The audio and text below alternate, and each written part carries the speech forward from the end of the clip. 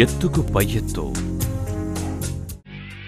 ఓ ఎలుకల బోనులో ఉన్న వెన్న రొట్టెలను తినాలనుకుని ఓ ఎలుక ఆ బోనులో చిక్కుపడిపోయింది.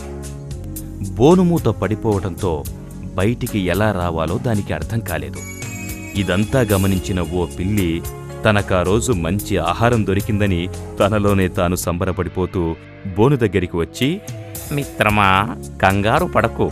ఈ రోజు నుంచి మనిద్దరం మిత్రులం, సరేనా? అంది ఎలుకతో. ఎలుక పిల్లిని చూడగానే కంగారు పడింది. నువ్వేం కంగారు పడకు మిత్రమా, నా ఒంట్లో బాగోలేదు. ఒంట్లో బాగోలేనప్పుడు నిస్సహాయులైన నా శత్రువుల్ని నేను చంపలేను అంది ఎలుకతో కపట ప్రేమను ప్రకటిస్తూ.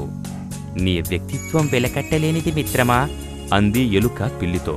అంతే ప్రేమ నటిస్తూ పిల్లి సంతోషించింది. మిత్రమా, అనారోగ్యంతో ఉన్న నీకు శ్రమ ఇవ్వలేను, అయినా ఈ సహాయం చేసిపెట్టు అంది ఎలుక. పిల్లి ఏమిటని అడిగింది మనసులోనే ఆనందపడుతూ. కొంచెం ఈ బోను తలుపు తీసి పుణ్యం కట్టుకోవా అంది లాలనగా ఎలుక పిల్లితో. పిల్లి భలే అదను దొరికిందని ఆనందపడుతూ బోను తెరవగానే ఎలుక తుర్రుమని దగ్గర్లో ఉన్న కన్నంలోకి వెన్న రొట్టెతో సహా వెళ్ళిపోయింది. పిల్లి కంగుతింది. ఎత్తువేసేవాళ్ళొకరైతే పై ఎత్తు వేసేవాళ్లు